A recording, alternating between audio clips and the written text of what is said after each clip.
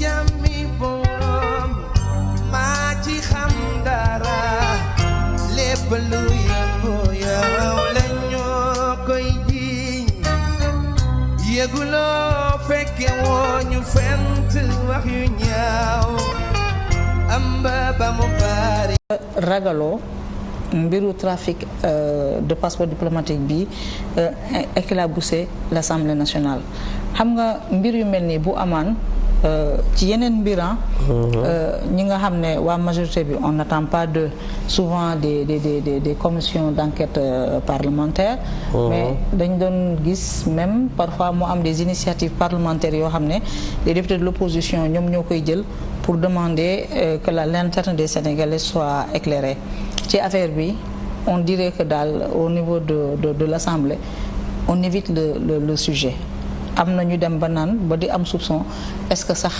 y a pas d'autres députés qui sont impliqués qu'ils soient de la majorité ou de l'opposition nan la Assemblée fas yéene taxawaatee aux yeux des Sénégalais avec toute sa crédibilité avec cette affaire-là. yoo xam nga aussi Maïmouna il faut que nit ñi mën a def la part des choses xam nga wax dama wax commission d'enquête ak yooyu d'abord la loi su fekkee ne dafa am loo xam ne benn dossier bu nekk devant la justice mënoo ci ubbi commission d'enquête parlementaire yoon loolu la wax. beneen dans l'affaire des 94 milliards ibbu leen commission d'enquête parlementaire.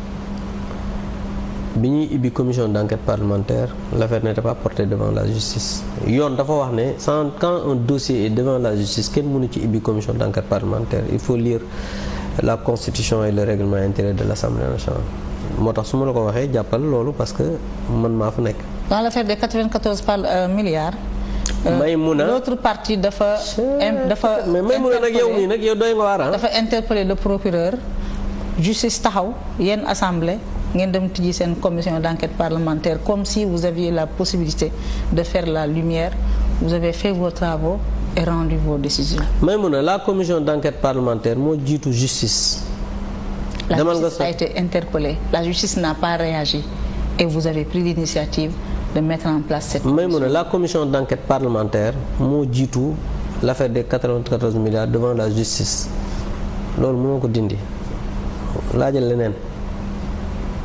loolu moom wax naa la ko loolu mënoo ko dindi laajal leneen boobu dee laaj mu gën parce que loolu moom c'est fini donc loi loolu la ci wax dara bu nekkee devant la commission devant la justice kenn mënu ci ubbi commission d'enquête parlementaire c'est ça la loi loolu mooy Sénégal. ni interpellation ni question orale. interpellation c'est dara donc aujourd'hui à l'Assemblée nationale yéen daal da ngeen di toog rek amul lenn loo xam ne di ngeen ko jéem.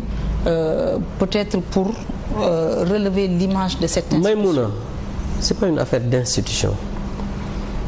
Une enquête a été ouverte. ñu tudd ci ay députés qui sont présumés innocents loolu aussi il faut que nga koy préciser Maïmouna. enquête baa ngi dox en tout cas li ma la mën a waxal mu leer mooy képp koo xam ne taq nga dans cette affaire.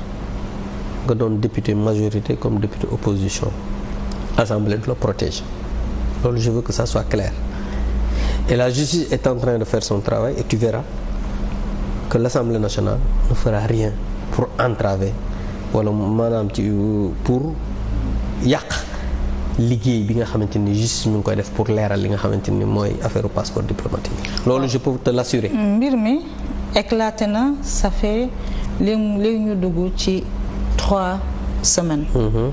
Jusqu'à hier, l'Assemblée nationale n'a pas encore reçu une lettre de saisine du procureur général en vue de la levée de l'immunité parlementaire de ces députés-là. Est-ce que cette lettre de saisine, est-ce qu'elle a pu vous parvenir tey? Bon, tu es d'accord avec moi que pour nous saisir l'Assemblée nationale pour lever la levée de l'immunité parlementaire d'un député, il faut que ñu ne dañ ko bëgg a topp loolu tu es d'accord avec moi beneen bi mooy député yi xam nga du ñoom la ñu porter plainte dafa am ku ñu porter plainte ñu jàpp ko kooku cité ne am na député yoo xamante ni ils sont impliqués n'est-ce pas ça s'est passé comme ça ñu jël loolu dossier boobu yóbbu ko tribunal maintenant nag ab enquête day am après ñu convoqué li nga xamante ni mooy député yi ñu ñëw suñu leen convoqué ba ñu def procédure su boobaa ñu ne ñii kat dañ leen di topp parce que balaa ngaa topp nit foog nga déglu ko mais ba léegi déglooguñu député yi donc dañ leen a tudd. ak li PV yi wax lépp. non mais da nga may déglu xam nga la preuve mooy jusqu'à présent dégg goo ñu ne déglu nañ député PV yi moom mooy ka ñu doon déglu la mu wax ak ña nga xam ne parce que c'est une enquête c'est pas une affaire simple hein. C'est une enquête diw moo tudd ay nit ñu tudd gis nga yow nombre de personnes yi ñu wax ne dañ leen déglu mais loolu liggéey la maintenant député yi dañ leen a tudd non dañu leen di déglu kenn mënu leen a bañ a déglu dañ leen a war a topp loolu yoon moo koy wax bu ñu leen di topp assemblée nationale dinañ ñu saisir bu ñu saisiree jàppal ne assemblée. lan nga ma bëgg a wax pour les entendre il faut ñu lever seen. déedéet.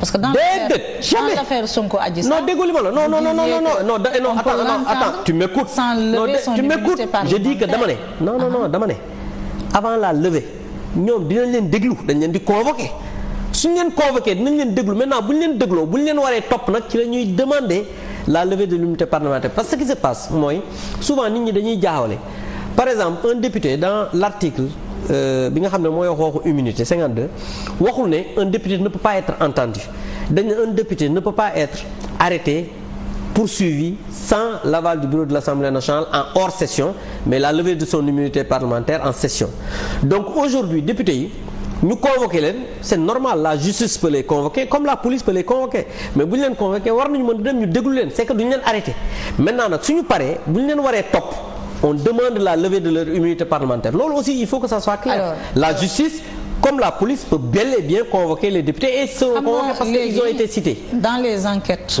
au Sénégal, dans tous les dossiers judiciaires chauds, les PV sont à la une des journaux. daf ci am ay xeltukat yuy jaaxle. mel ni dafa am genre 2 poids 2 mesures.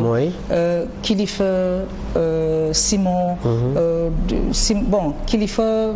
Affaire bi éclaté na depuis presque 45 jours mais Simon dossier bi dañ ko gaaw ñoom ils sont en prison présentement les PV yi ñuy gis dans les journaux députés yi dañoo takk députés yi sax mën nañ ne l'autre là moom jaaykat détaillant la députés yi ñoom ñooy les grossistes. D'accord léegi et on s'étonne que boobaak léegi le procureur n'a pas jugé nécessaire de les entendre. On n'a pas encore jugé nécessaire. L'Assemblée nationale n'a pas été saisie par le ministère de la Justice pour lancer la procédure de levée de leur immunité parlementaire.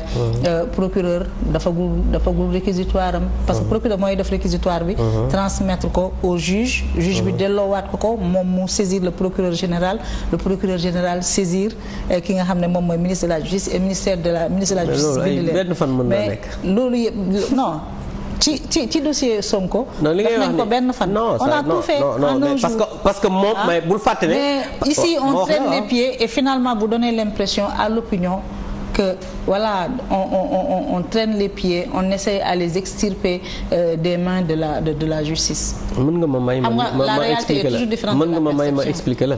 oui allez-y. xam nga da nga wax ne dans l'affaire Sonko moom la ñu porter plainte pour viol directement ñu convoqué ko demul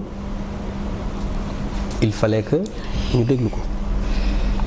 affaire bi ñu jël ko yóbbu ko tribunal ñu saisir ñu lever l'immunité parlementaire kooku bokkul kooku c'est dañ ko porter plainte directement ñu convoqué ko demul ne dafa am immunité parlementaire il faut ñu lever ñu saisir ñu dans les règles de l'art ñu lever l'immunité parlementaire muy benn affaire kilifa bokkul parce que tu as dit yow sa bopp xam nga ne l'affaire éclaté na 45 jours après am na benn moment sax nit ñi di xalaat mais pourquoi le procureur tu as vu des gens se disaient pourquoi le procureur ne sait pas tu vois parce que justice moo am na muy doxe muy beneen bi mooy tey jii tudd nañ comme ni nga waxee ay députés xam nga yow yaa ngi wax way PV yi députés yi ñoo gën a tax mais may mun a il faut être d'accord avec moi parce que aussi il faut que ñu waxtaanu xel tey Condé bi nga xamante ni moo cité dafa cité ay députés ne leen nit ñi lañ doon nekkal mais nga gis nit ñooñu ñu woo leen déglu leen mais loolu su amee après député yi mënuñu leen bañ a woo mais problème bi mooy du ñoom la ñu porter plainte il faut que procureur bi ñu am des éléments seeni enquête ñoom ñoo xam ban moment lañ koy def pour mën a déglu li nga xamante ni mooy député yi ñu cité mais parce que du ñoom la ñu porter plainte directement maintenant aujourd'hui tey jii bala nga doon xam ne amul 2 poids 2 mesures ñu demandé woon la levée de l'immunité parlementaire tu verras comment ça va se passer parce que li ngay wax ni ay woy saisir procureur général saisir le ministre de la justice loolu c'est des lettres de transmission yu ñuy def rek et je pense que loolu en une journée ça se fait donc moi je pense que nit ñi bu ñu yàkkamti mais li ma mën a assurer te may mën naa la ko wax fii bientôt tu verras que cette affaire-là sera tirée au clair et l'Assemblée nationale ni le régime amul kenn koo xamante ni dina ko protéger mais dama bëgg sénégalais yi ñu juste un peu par rapport ak sénégalais yépp parce que tey jii mënuñu tey ñu ne tudd nañ jiw ci nangam et bu ñu ko tuddee ci nangam may mun a jusqu'à ce que ñu koy condamner il est présumé innocent loolu d'accord nga ak man donc je pense que nit ki aussi su fekkee ne tudd nañ ko ci nangam nañu xaar justice def liggéeyam su boobaa si on le condamne ñu xam ne la justice est rendue au nom du peuple sénégalais nit ñi ku ci nekk wax ci sa xalaat maintenant nag député bi nga xamante ni dañ ko jox mandat ñu tudd ko ci affaire passeport diplomatique c'est normal que sénégalais yi nag wax ci. est-ce que taxaw ci def ci seetlu. est-ce que waruñu je suis woon d'accord avec xaar ça de la part de la justice sénégalaise. oui. plus de célérité dans le traitement de ce dossier-là concernant les députés xam nga lu tax. oui. la justice il n'y a pas eu de sérénité. la célérité. il n'y a pas eu de célérité. La justice est rendue au nom du peuple sénégalais, oui. À travers ses représentants. Absolument. Ce sont des représentants du peuple sénégalais. ñoom ñu waroon a am taxawaay bu exemplaire.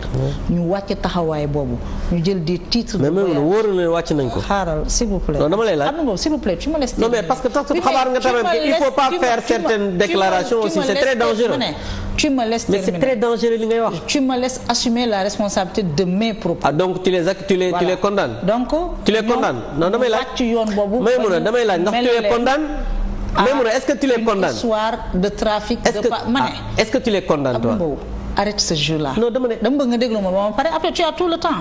man su ma waxee yow sax arrêtez là parce que je vous respecte. Voilà. Vraiment. Tu as tout le temps. Voilà. Mais dama ne man su ma waxee yow je vous dis arrêtez. Je vous vois mais devant les Sénégalais arrête ce jeu. Je pense que loolu aussi mais s'il vous plaît. C'est un manque de respect. Voilà c'est pas il y a pas de manque de respect ici s'il vous plaît. Donc ñoom ñu wàcc yoon boobule ba ñu impliqué mais est-ce que da nga leen di dans les PV yi nga xam ne wane nañu ko les députés il y a des charges lourdes qui pèsent contre eux est-ce que ci justice bu bëgg a taxawu sénégalais yépp de la même façon est-ce que waruñu woon def yëf yi parce que dafa mel ni parfois aussi c'est difficile à dire dafay am dossier yoo xam ne day gaaw macha allah mu am dossier yoo xam ne on prend tout le temps on respecte la procédure on respecte les règles mais pourquoi quand Sonko a été accusé de viol les gens n'ont pas crié naan ñëpp di wax ay complot alors qu'il a été accusé de viol pourquoi les gens n'ont pas eu la même réaction parce qu'il est de l'opposition. Pas forcément. Pourquoi les gens n'ont pas eu la même réaction? Il y a des gens qui estiment que Sonko doit répondre de ces accusations devant la justice. Man j'entends Abdou Mbaye démb fii laa ko dégg muy waxu trafic passeport diplomatique alors que bi ñu accusé Sonko de viol ñoom ñëpp ils l'ont soutenu publiquement barki démb Y'en a marre ñi nga xamante nii loo xamante nii ñëpp gis nañ ci vidéo comme ni nga ko waxee je les condamne pas ils sont présumés innocents mais ils ont été accusés de trafic de passeport visa et tout ñoom ñëpp la classe politique de l'opposition dañoo dem ci conférence de presse naan c'est un complot. mais ça n'engage waaw déglu ma non déglu ma wax dama ne parce que il faut que sénégalais yi aussi wax xam li am naan Macky Sall moo nekk comment Macky Sall lay dem jël kilifa moom moo jël kilifa monoté ko. mais qui a fait ça? Waa dégg non mais attends tu n'as pas entendu le mouvement Y'en a marre ñu ne c'est Macky Sall. mais ñoom noonu la ñu mën a waxee non waruñu mën a waxee noonu nag parce que sénégalais yi ñoom ñoo wax ne dañoo bëgg sénégalais bu bees ñoom ñoo wax ne dañoo bëgg sénégalais yi jubal ñoom ñoo ñuy wax ne waruñu njuuj njaay dañu war a jubal ñoom ñoo koy wax tous les temps ñoom la ñu jàpp tey jii ñu sosal leen comme ni ñu tuddee ci ay député que dañuy trafiquer passeport ba dugal ñaar ci ñoom ci kaso bi donc je pense que loolu nañu ko assumer te bañ ci dugal président Macky Sall. Les hommes politiques yi nga xamante ni dañu dem di leen soutenir mais fan la ñu teg loolu parce que daal yow boo nekkee opposition yaa baax yaa jub yaay wax lu baax yow yaa am éthique soo nekkee pouvoir baaxoo da ngaa bon amoo éthique doo wax lu baax loolu fan la ko Sénégalais yi teg fan la ko nit ñi nga xamante ni ñoo nekk dans l'opposition wala di activisme teg il faut que nit ñi xam ne nit ñi lu ñuy politique am na des valeurs yoo xamante ni dañ ko def au-dessus de la politique ku ci nekk am na foo jóge ku ci nekk am nga histoire waaye ku ci nekk aussi am nga loo xamante ni moo nga war a def donc moi je pense que il faudrait non li may wax nii je le dis à l'endroit des Sénégalaises et des Sénégalais yi ñuy déglu mais aussi à l'endroit des hommes politiques yi nga xamante ni ils sont dans l'opposition ba pare di am des combats yoo xamante ni c'est des combats yoo xam ne je pense que c'est pas des combats yoo xam ne nit ku jub wala bëgg a jubal war na ko mëne c'est ça.